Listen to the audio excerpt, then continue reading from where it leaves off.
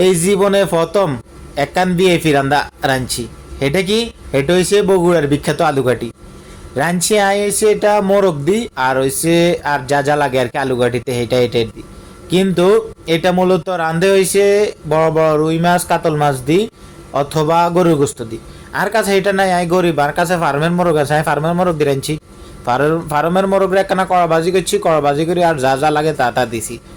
কালারটা দেখেন, আপনারা হয়তো মনে করবেন যে কিরে কালার এরকম একটু কালা কালা মনে হইতেছে, একটু হলুদ হইলে না সুন্দর লাগবে। না ভাই, আপনার একটু কালারটা ভালো লাগে, এটা এরকম করে রাঁধছি, হলুদটা একটু কম দিই, ঠিক আছে নি।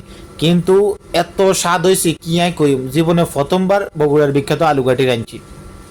আমি নিজেও ভাবি না যে এত স্বাদ হইব। ও রুটি দিয়ে আর আলুঘাটি দিয়ে উফ, মানে আই বাদ দিয়ে খাইলো আর এত স্বাদ লাগছে, মানে কি কইম বলার বাইরে।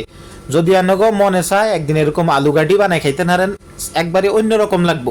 অন্যান্য তরকারি খালি পারলি আলুঘাটি স্বাদ লাগবে। একদিন আলু দিয়ে, একদিন মাছ দিয়ে বানাইবেন, একদিন মোরগ দিয়ে বানাইবেন, একদিন গোস্ত দিয়ে বানাবেন, আর একদিন আঁশ দিয়ে বানাইবেন, কি যে কইম এত স্বাদ।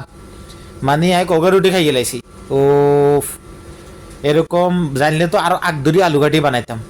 বহুত টেস্ট, বহুত টেস্ট, বলার বাইরে, মানে বলা যাইতো না ভাষায় এরকম। আর মোরগ সান, মোরগগুলা বাজি করাতে একবারে দেশি মুরগের মতো হয়েছে। ওফ।